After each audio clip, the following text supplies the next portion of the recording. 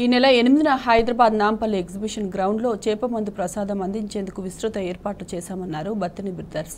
Asthma, శ్వాస సంబంధిత సమస్యలతో బాధపడుతున్న వారి కోసం 8, 9 తేదీల్లో పెద్ద ఎత్తున చేపల ప్రసాదం అందిస్తున్నామని, సుమారుగా 6 లక్షల మంది ఇక్కడికి రావచ్చన్నారు. అందుకు అనుగుణంగా అధికారులు లైట్లు, బారికేట్లు, సీసీ కెమెరాలు ఏర్పాటు చేస్తున్నారన్నారు. దాదాపుగా ఏర్పాట్లు అన్ని పూర్తిగా వచ్చున్నాయి.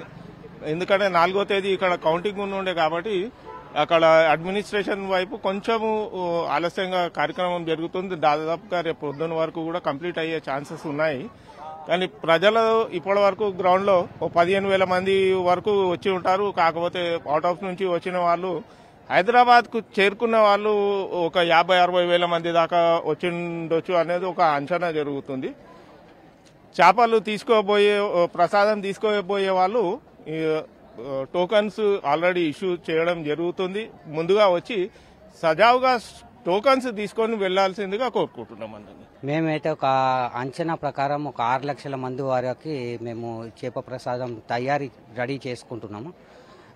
ఇంకా తక్కువ పడ్డా కానీ మేము ఇమీడియట్గా వెళ్ళి కూడా దానికి కావాల్సిన సామాన్ ఏదైతే ఉందో అది రెడీ చేసి పెట్టుకున్నాము. నిన్న నుంచే ఇక్కడ భోజనాలు, breakfast, lunch, dinner Badri Vishal Pitti trust వాళ్ళు ఆల్రెడీ నిన్న నుంచే ప్రారంభించారు. అందరూ వచ్చిన పబ్లిక్ అక్కడ తిని భోంచేసి ఇక్కడ కొంతమంది రెస్ట్ తీసుకుంటున్నారు. ఇంకా చాలా మంది ఎవరు వచ్చినా కానీ ఇక్కడ భోజనాలకి వాళ్ళు రెడీ చేస్తున్నారు. బందోబస్తు ప్రకారం అయితే దీనికి law and order police department DCP గారు ఉన్నారు, దానికి ఇన్ఛార్జ్.